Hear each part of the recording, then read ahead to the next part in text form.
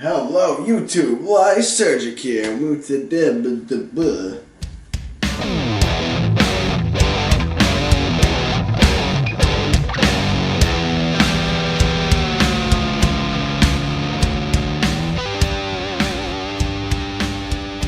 Hello YouTube, Lysergic here, and today we are taking a look at the ASUS Republic of Gamers Maximus VII Hero motherboard. This is a Z97 chipset motherboard, so this is going to be for use with your 3770K, 4790K, 4770K, mostly any Haswell or Devil's Canyon CPU. So, on the front of the box, we got Maximus VII Hero, designed for games. It's got the little ROG logo up at the top. It says this is a premium motherboard.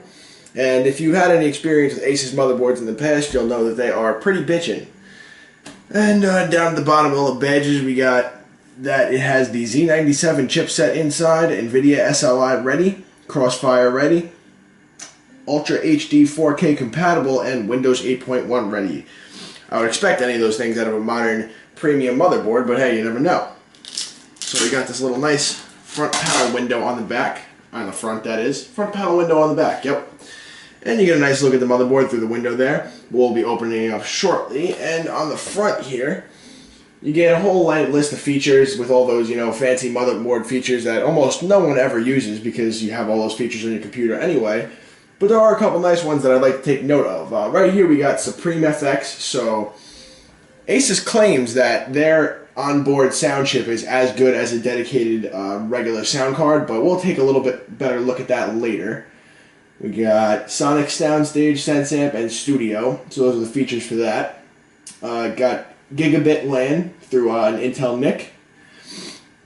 And this is the one I really wanted to point out. It's called Keybot. And this is like a little onboard key macro software so that you can set up any of your function or F keys to do kind of some cool stuff like macro keys for gaming, function keys if you don't have them already, like play, volume, open a website or something like that. You can shortcut one to any executable program. You can do some other really cool ones like CPU level up, which is like if you set an overclock profile, you can update that, switch between two overclock profiles without going back into the BIOS, which should be cool because ASUS has always had some really good overclocking software.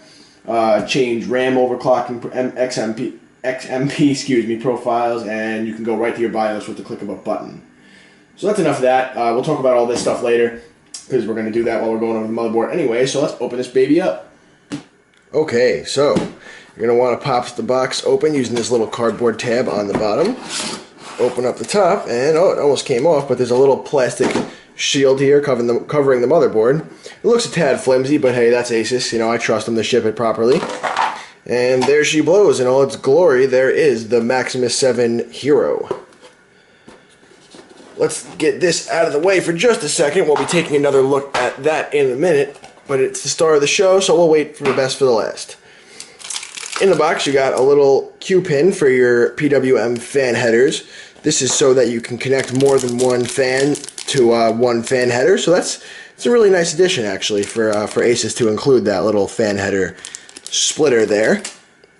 But if you're using a fan controller, you'll probably want a different one. You got a bunch of SATA cables. 3 bags of SATA cables actually. That's a really nice addition. It looks like some of them are right angled, and some of them are straight. So that's really nice. It's nice for them to give you a little choice whether you want to use right angle or back. Because if your case has right angle mounting on the back of where the cable management usually is in the cable management area, sometimes a right angle SATA cable will not be able to connect to the SSD because it'll stick out and you won't be able to close your case. So that was really nice for them to include. Beyond that, we have a bunch of stickers, another little nice tidbit. And this is what really I feel like makes, a motherboard stand out or a case stand out, is that when they include little things like this that make your life easier, like labeling your SATA cables on both ends so you know where they are when you're doing cable management or trying to unplug or plug in a drive and all that good stuff. We got your standard NVIDIA SLI cable. It says Republic of Gamers on it. Check that out. Probably won't focus through the plastic, but it's a cool little touch. Got this nice I/O shield. Oh, that's kind of cool. It's not really black, and it's not really silver. It's more like a kind of pearlescent, like almost, when you look at it one way it's black, when you look at it the other way it's silver. If it's not in the light, it's kind of black. That's cool. I like that. That's nice. And on the back, oh, ASUS. Alright, they're on my nice list right now. Motherboards who include the little tabs on the back of the slots for the I/O shield, that when you get your whole case together and screw your motherboard in and then finally go to pop it in, if you remember to put in the I/O shield, which I've done before, forgotten that. If you remember to do it, you go to pop it in, and they have these little tabs right below the connectors that sometimes the connector, oh, there's one over there. See that little tab? I don't know if you could see it, but that will pop in sometimes and get behind the connector, and you won't be able to plug anything into that little slot because it'll have a tab sticking out. It's the most annoying thing. You have to take the whole motherboard out and start over, basically. A nice hefty manual and a CD. Check that out. Nice hefty manual. I always love to see this because a motherboard for someone who, you know, has never done an installation or a PC build before can be a very daunting task, and the manual is seriously beefy. I mean, looks like they got everything in here, so that's nice that they included a pretty comprehensive manual. Makes me happy. A CD, which you will probably want to throw in the garbage and just download the drivers yourself to get the most updated versions from the site. And your little ROG gamer badge. So if you didn't know you were a gamer, now you know, and now everyone else will know when you put that on your case. Check that out. And I don't even know what this is. A do not disturb ROG door hanger. That's really freaking corny, but okay, you know, whatever. Okay, ASUS. Okay, so that's the box. That's what you get, and the only thing else to look at is the motherboard. Okay, let's check this baby out and dig into the specs. Starting on your top right hand side, you have a BIOS display here, so that if you can't post your system, you can look at your little code that you're going to have there. It's always good for any system that's going to be going through frequent upgrades, or, you know, any gaming rig in general. You have a start and reset button that looks like it was pulled directly from a 90s muscle car or something, or like a Ferrari with all the buttons on the wheel. It's kind of corny, but it's cool. You got a memo OK button and the keybot button, which I would imagine probably turns on that macro software that we talked about before. You have your 4 DIMM slots. These are one-sided clips, so if you have a heatsink that's going to interfere with those, it's not going to be as hard to get them in because they are only one-sided clips. So that's always a nice feature. And these can handle up to 3200 megahertz DIMMs, so you could be overclocking the crap out of your memory on this board, and your motherboard at least will be able to handle it. So that's quad channel. You have your standard 24-pin ATX connector and a USB 3 header. Other than that, right here we got a couple fan headers, one there, and then there's 1 and 2 more up there on the right. So that's a total of 5 fan headers, including the CPU fan header, and you can plug in, they're all 4-pin PWM, and you can plug in that little splitter and control all of them with ASUS's AI Suite software, though if you're going to be building an enthusiast rig, you probably have a fan controller already figured out. Moving down to this side of the board, you have your 2, 4, 6, 8 SATA 3 6 gigabit per second connectors. Those are labeled right by the chipset heatsink right here. And they look nice and sturdy. I've seen some really crappy SATA connectors in the past, and they're only rated for like 50-something insertions, so, you know, you're kind of hit or miss with those, and these look really sturdy, so I'm happy to see that. Especially on a first impressions look, I noticed it right away. This is your front panel I/O. This is going to be where you're going to connect your case power and case reset buttons, your hard drive LED, all that good stuff. You got a TPM panel here with an extra one for a thermal sensor. And the chipset heatsink looks really nice. It's black and red. I mean, it's nice to have one color scheme, but if you bought ASUS and you weren't expecting red, I don't know what to tell you. Moving down this way, we have 2 USB 3.0 headers and an ROG extension. I'm sorry, those were 2 USB 2.0 headers and an ROG extension panel. So that's for ASUS's little proprietary 5.25 inch bay ROG overclock panel. It's a nice little feature. It's a little overpriced, but it's kind of cool. You can overclock from this little 5.25 inch bay or the little remote you could buy without even going anywhere into your BIOS. So that would plug in right there. You have your clear CMOS button And if you don't know what that does, I would suggest you look it up before you try to build a computer, because you're probably going to have to do it if you replace anything. And your soundstage one, which will probably switch profiles on your sound chipset, which is right here. They said the Supreme FX is just as good as an onboard sound card. That's yet to be seen. That'll come in a little bit. We'll talk about that. And over here, you have your PCI Express lanes. There's 2 red ones. Those are your 16x lanes. So if you're doing two-way SLI, you want to use these 2 red ones right here. Right here up out of frame, there's another 1x. There's a 1x here. There's a 1x here.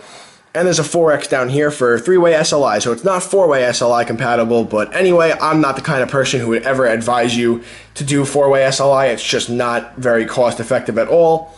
Beyond 3, it's pretty much a waste of money for a slight bit more performance. Ooh, I almost forgot, right here on your little audio chipset, this has the Sonic Radar software function that can put a little GUI on your game, which apparently detects any sound that your audio is going to play coming from other players, and gives you like a play-by-play sound direction kind of thing. So it's almost like a little extra mini-map radar. I feel like that's kind of cheating, but hey, you know, what are you going to do about it? Also, we have your little CMOS battery there, so that maintains your time and all that stuff, and also your CMOS, but you can just reset it with the button anyway. Moving on to the I/O shield, you're going to have your 6 connectors, and looking at the I/O shield itself, it says starting from the top left and going around, that's C-sub, rear, side, mic in, line out, and line in. So that's nice. You have 4 USB 3.0 ports, and those are right under the Intel Gigabit LAN. They do a little bit of magic with that apparently prioritizes game TCP IP connections so that your game will get any kind of priority on your Ethernet network. So that's kind of cool. I mean, it's pretty useful. If you're gaming, you should probably be using a hardwired Ethernet cable anyway. The 4 USB 3s is nice. I've seen 2 as a very popular number, so that's cool to have. You have your BIOS reset button. That's a nice little feature always. Then you have your VGA and your DVI dual link. You have your motherboard HDMI out and your optical audio. Probably shouldn't be using your motherboard HDMI out anyway if you're building a gaming rig, but obviously it's kind of necessary for the first time you plug the computer in or whatever. You have 2 more HDMI ports below a... What the hell is that? What? Is that a PS2 port? That's a PS2 port, guys. I don't know why the hell that's there, but, I mean, maybe you have some kind of legacy peripheral that, you know, isn't supported anymore and no one ever made a USB version of it, so you will only play this game with your legacy Steel Battalion giant Xbox controller. I don't know, man, who knows. That's a cool little addition. Like I said, it's kind of useless, but it is what it is. And all this stuff has really good electrostatic discharge ESD protection. So that's always nice because no one likes static discharge ruining their motherboard, or anything ruining their motherboard for that matter. Going down the top here, we have your ATX 8-pin for your CPU power, a couple capacitors, CPU OPT fan header, and CPU fan header. So that's nice, and like I said, you have a lot of very large honking heat sinks on this motherboard. They are quite big, so let's get a better look at those and the socket itself. I already talked a little bit about this heatsink. This is your chipset heatsink, so the Z97 chipset is under there. It's red and black, and it's pretty beefy looking. It's got 2 nice fins on this side, and it looks like 1 fin on this side, and the little ROG logo there. And on this side, we have the Extreme Engine Digi Plus 3 chipset with 60 amp chokes and 10K all black Japanese capacitors. I don't know much about that kind of thing, but apparently they're, you know, the best kind of capacitors to have. It's like, you know, German cars or something. I don't know. I honestly don't know. But they're apparently the best kind. And other than that, it's a really nice heatsink. I'm trying to get a good angle on it. It looks really good. It's got really big fins, but it also, the thing that comes with having a really cool, you know, big fancy heatsink on there, on your chipset, is that it's definitely going to interfere with any CPU cooler, air cooler that has a lot of fins or is really huge. So before you decide on a CPU cooler that you're going to use, I would definitely check your clearances, check the specs on that baby. Other than that, the only thing left we have to do here is the CPU socket. So I'm not going to pop the pin yet because I don't want to get any dust in here in the kitchen. But it's a LGA 1150 socket, so that means you have 1150 contacts. And on this type of motherboard, the pins are inside the socket. So be careful when you're opening that up not to bend any of the pins inside the socket. because that would be very sad, and then you would have a very, very sad motherboard. Alright, ladies and gentlemen, this has been an overview and unboxing of the ASUS MAXIMUS VII Hero ROG motherboard. So thank you so much for watching. This motherboard is going to be in my new build, so you're going to be able to see a full review of the entire build when I put it all together in my new ARC Fractal XL case. So if you want to see how it performs and what I think of it after I've had it in my build for a couple days, please check that out. That will be in soon. I'm just waiting for a couple Noctua fans and a couple more tiny things to come in the mail so I can put that together. So other than that, thanks for watching, guys. Please like and subscribe so you can see when I do new videos about gaming, motherboards, and all that good stuff. I'm going to be doing tons of tech videos, unboxings, and a lot of gaming videos as well. So like and subscribe if you want to see when I post new videos. That's kind of important. And, oh wait, I almost forgot. Don't forget to scan these QR codes in the back so you can share ASUS ROG on Facebook and become a member of the Republic of Gamers, if that's what you kids are doing nowadays. And that's about it. Oh wait, also, another thing that I almost forgot. For this video, you can thank the mic stand, my new blue Yeti Pro box. So I'm going to be doing an unboxing on this baby next. Alright guys, that's going to be about it. Lysergic out.